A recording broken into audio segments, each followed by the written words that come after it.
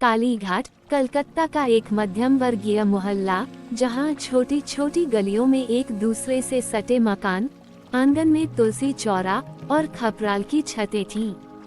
इन्हीं गलियों में बसा था गुरुचरण का छोटा सा घर, जहां वह अपने परिवार के साथ अत्यंत गरीबी में जीवन व्यतीत कर रहा था।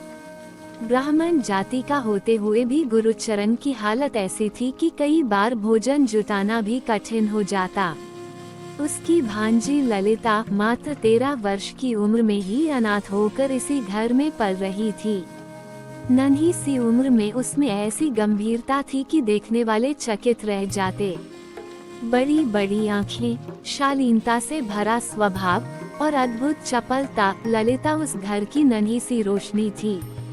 गुरुचरण के घर के बिल्कुल सामने ही था शेखर बाबू का आलीशान मकान। शेखर गुरुचरण का पड़ोसी और एक संपन्न कायस्थ परिवार का इकलौता पुत्र था। BA पास कर चुका था और पिता के वकालत के व्यवसाय को संभालने में लगा था। ललिता और शेखर का संबंध बचपन से ही बहुत आत्मीय था। शेखर जब भी घर लौटता, ललिता उसके कमरे में ऐसे चली आती जैसे वह घर का हिस्सा हो। उनके बीच कोई औपचारिकता नहीं थी और इसी अपनत्व में दोनों का प्रेम धीरे धीरे पनपने लगा, बिना कहे, बिना सुनाए, केवल महसूस कर पाने लायक। शेखर ललिता से बहुत स्नेह करता था, लेकिन उसके भीतर एक सामाजिक संकोच था। जाति, प्रतिष्ठा और परिवार की मर्यादा उसे हमेशा खींचती रही। वह ललिता को चाहकर भी अपने दिल की बात कभी खुलकर कह नहीं पाया।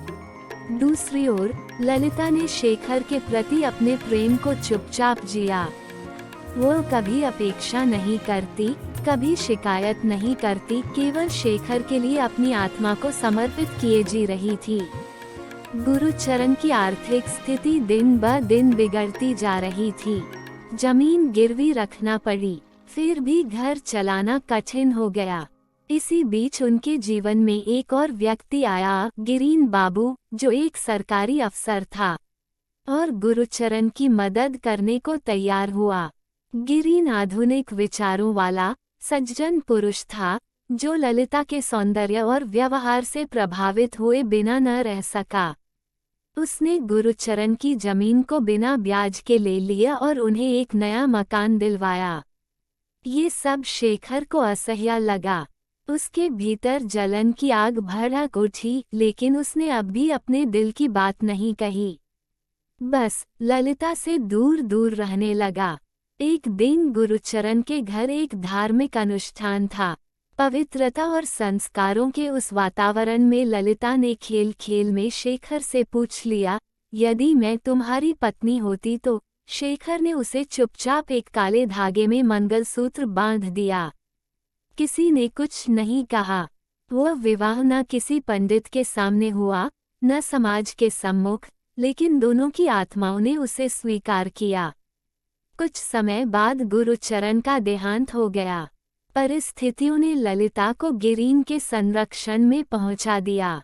वह उसके साथ एक अलग घर में रहने लगी। समाज ने इसे कुछ और ही रूप दे दिया। अब शेखर को विश्वास हो गया कि ललिता गिरीन की हो चुकी है। उसका मन टूट गया, लेकिन उसने बाहर से अपने आप को कठोर बना लिया। वह ललिता से दूरी बनाए रहा और अपने पिता की मर्जी से एक और विवाह की बातचीत करने लगा। ललिता ने सब कुछ चुपचाप सहा। उसके चेहरे पर कोई शिकायत नहीं, बस वही पुराना निःशब्द प्रेम। उसने शेखर को कभी दोष नहीं दिया, न उससे कोई उत्तर मांगा। वह अब भी अपने उस अनकहे विवाह को, उस एक काले धागे को, अपनी आत्मा में बांध कर रखे थी। समय बीतता गया। एक दिन शेखर को गिरीन की बातों से सच्चाई का पता चला कि ललिता ने आज तक किसी से विवाह नहीं किया, न ही उसने कभी गिरीन को उस दृष्टि से देखा। गिरीन ने भी शेखर को यही बताया कि ललिता अब भी उसकी ही प्रतीक्षा करती है। उस क्षण शेखर के सारे भ्रम टूट गए। वह दौड़ता हुआ ललिता के पास गया। दोनों की आंखों में आंसू थे। वर्षों की दूरी, गलतफहमियां और समाज की बेड़ियां उस एक पल में पिघल गईं।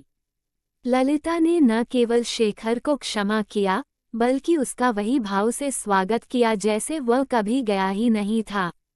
शेखर ने उसका हाथ पकड़ा, इस बार समाज के सामने, आत्मा के साथ और हृदय की संपूर्णता से। उस दिन ललिता सच में परिणीता बनी।